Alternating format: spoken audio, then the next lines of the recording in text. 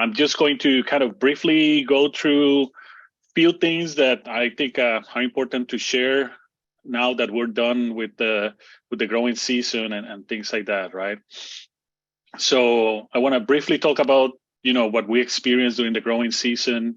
Also a little bit of how our NDSU varieties always. I'm kind of selfish, right? Because I want to see how my babies were performing through the season and things like that. And of course, in this case, we mostly want to focus on Pinto and Blacks, but I'll tell you a little bit about a few others, and then I'll tell you about a couple of projects that I think would be interesting for this audience. We have a lot of different research areas and directions, but I think there are two that you will find interesting, and I think we're going to start seeing more of that later on. So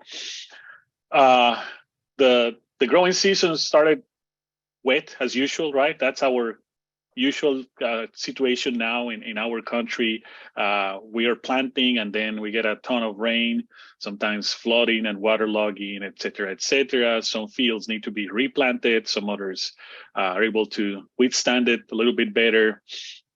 But overall, I think it was better than previous years. Then, as usual, right after July 4, it kind of becomes dry. In a way is good. I always say beans don't need a lot of water. That's one good thing. It's also less conducive to diseases, and that's also good, right? So that was the case this year. We had a very good harvest season, I would say, because again, the dry conditions allowed most of us to really get a kind of a smooth ride into our harvest fields and things like that. I think that also helped with seed color. I think the rains are the major factor in the case of pintos for the darkening issues that we have. So what I'm hearing around from everywhere, all the people that have talked to me, is like, yeah, color, at least in pintos, has been really good this year, regardless of whether you're using conventional pintos or slow darks, right?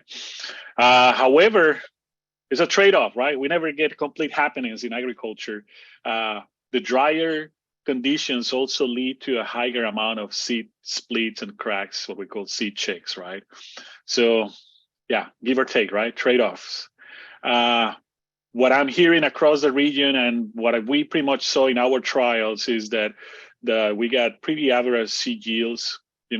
That's what we usually see, about 16 to 17 bags average. Of course, there's people doing much better than that, and there's people doing much lower than that.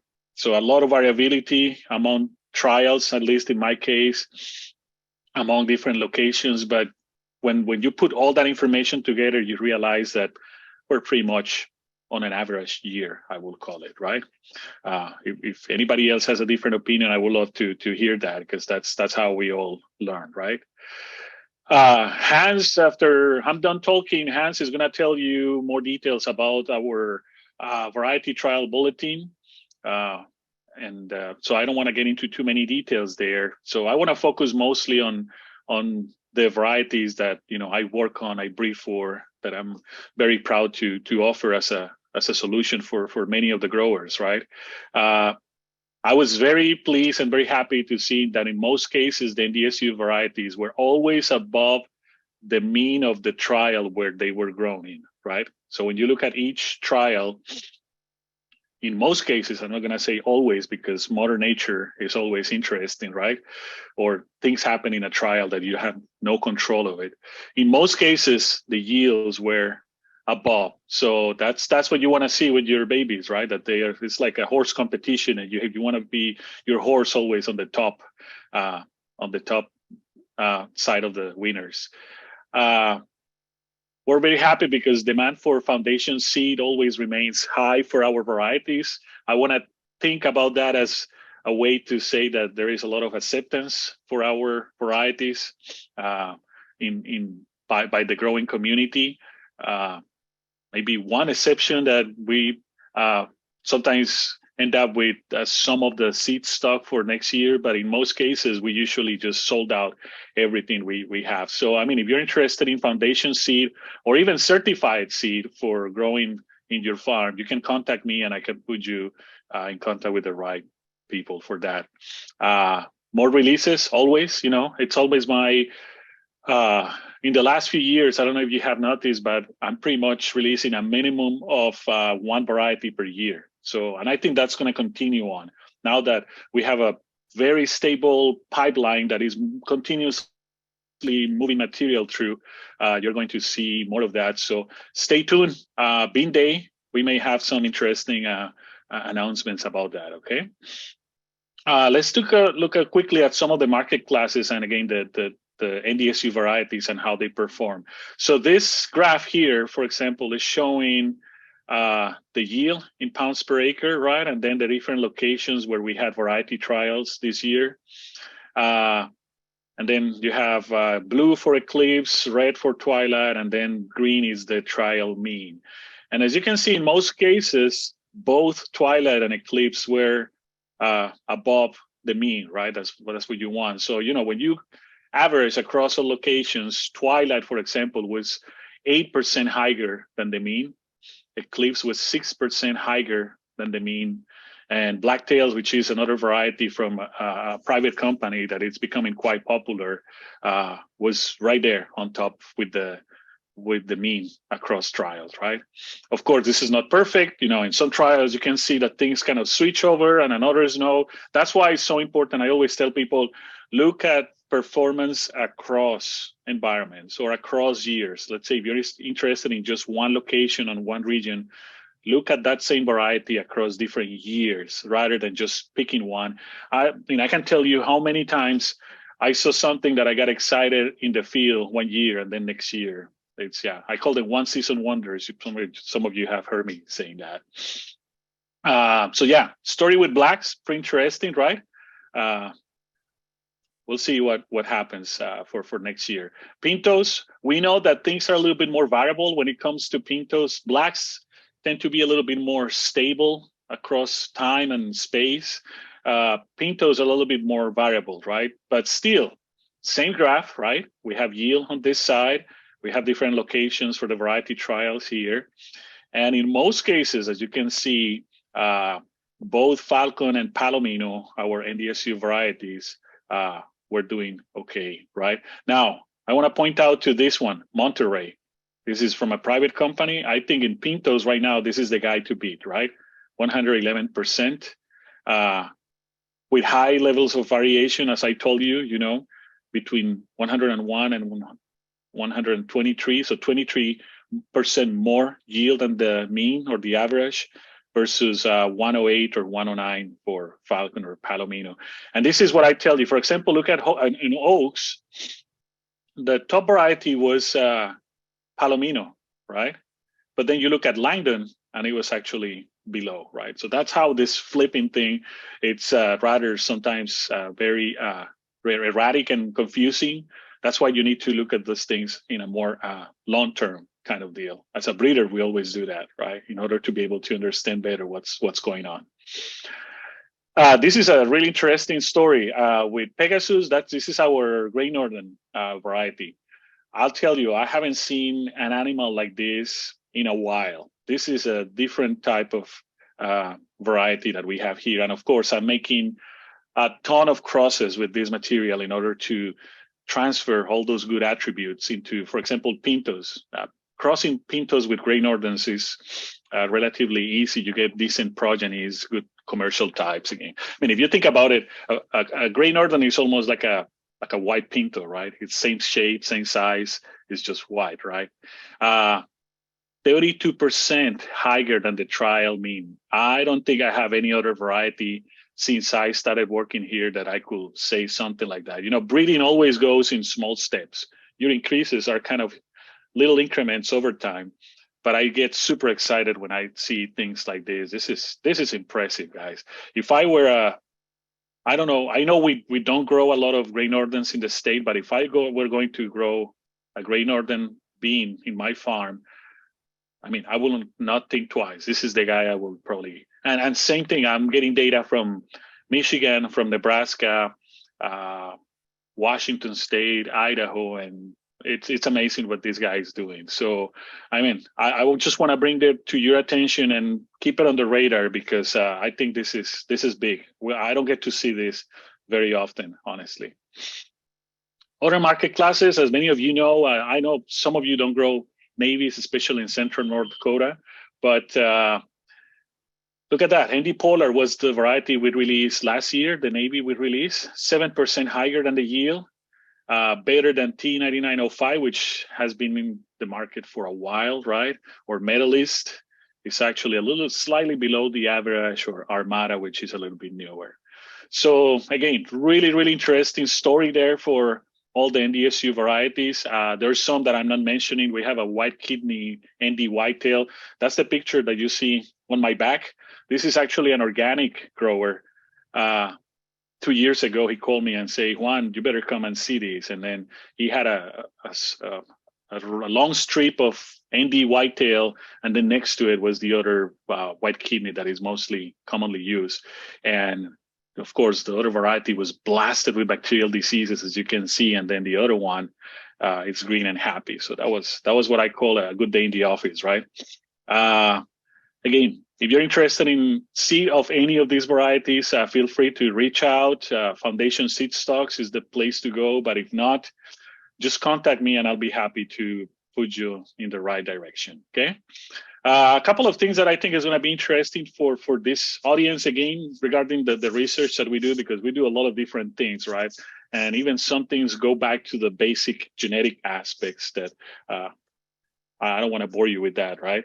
But we've been trying to use drones in our breeding programs, trying to measure, helping us to measure in a much more quick and efficient way many of the traits that we normally just go and do by hand, right? Like something as simple as plant heights, right? You go with a ruler, put the ruler there, and then try to go plot by plot. We're talking about 8 to 10,000 plots that we have per year. So imagine if you could just have something like this. You go fly your drone, get all these images, right? And you can see here, each one of these little things is a plot in our trials, right? And then with that information, and then there is software that will help you to convert each one of those things in a little different plot, right? And then use different types of cameras and filters. There is a lot of interesting technology happening there. Some of you are already using some of these things in your farms. So why not in breeding as well, right? When we have to do all this, what we call high throughput phenotyping, just measuring thousands of lines in the shortest period of time and as accurate as possible, right? You generate a lot of indexes like this. I'm not going to bore you, but this is all computer work. Once you get the images, you transform that into indexes. And with these indexes, you can do really, really interesting things. So my hope is that in a couple of years, we can pretty much go and say, hey, we're measuring days to maturity or foliar diseases using the drones. We don't have to go and send a guy manually with a field book and take scores, right? We'll still go and check some of those to make sure that, things are going right, but hopefully we can automate some of those activities. So same as some of these technologies are helping you in your farm, they're trying to help us in the breeding programs. And vice versa. Many of the things that we may develop for the breeding program, I think might be also spill over large scale farming, in my opinion. So that's the interesting part, right, of all this. Here is, for example, a trial of reds and pinks and how the indexes that we are taking are showing differences for, this is days to maturity, if I remember well. And you can see that it's able to detect differences because some material may be a little bit later than others tend to be earlier, et cetera, et cetera. So again, I'll keep telling you more about it, but it's been quite interesting to see this part. The other interesting project I really wanted to quickly tell you about, and again, this is a work in progress. I don't have any results or data to show you today. I just want to get you excited about it, right? Everybody knows the issues in dry beans with Dicamba drift. That kind of prompted me to, and I was seeing some presentations about how in soybeans you actually find some natural tolerance. I wouldn't call it resistance, but at least tolerance to Dicamba, right? Before I continue, I just want to say for the work on the UAVs and the drones, There is a nice video, Hans. I was going to put it and I forgot. Hopefully you referenced that, but we should probably share the link of the YouTube video that you did about this project. I think it's really interesting. Okay, go back to Dicamba. Natural resistance or natural tolerance in soybeans has been reported, or at least, some varieties kind of do better than others, right? So I say, what if we apply the same principle to dry beans and see if we can notice differences, right? So we did a little experiment in collaboration with Joe Ickley. He's my wheat guy. I mean, I don't know about wheats as much. This is probably my weakest area of knowledge. I always tell people breeders are good at everything, but they're not excellent at anything, right? We have to know about little things about everything, but probably weeds and herbicides are my weakest spot. So Joe has been very helpful for us. We did this little screening in the greenhouse, and we're very happy to see. So this is the spray chamber that we use, right? And it simulates what we will have in a drift situation in the field. So we put the plants there. This is pretty early. Sorry. This is pretty early, but still allows to see some interesting differences. You see the typical case of the cooping that we see on dry beans, right? Which is different than the cooping for soybeans. And again, this is something that Joe kind of made me realize. Soybeans coop up, dry beans coop down, right? They try to get these flowers, but those flowers have a hard time setting pods, et cetera, et cetera. But still, some of the plants actually die, right, completely, as this one. And some others kind of get hit, but they kind of come back somehow. We have some other issues there in that plant with trips, but they come back, right? Like the ones I show you in the first slide here. Look at, even after treatment, they don't look too bad. So, I mean, if I were a grower and I had a situation of drift with Dicamba and I had a variety like this, maybe I have some chance to recover some yield, right? That would be the interesting part there. So anyway, just want to get you excited about it. We're working on it. I'll try to see if we have enough results to share at Bean Day about this, because I think if we find something that works, this will be a big game changer in our industry as well, right? I'm always looking for those big changing ideas and big changing traits that we can do. What else?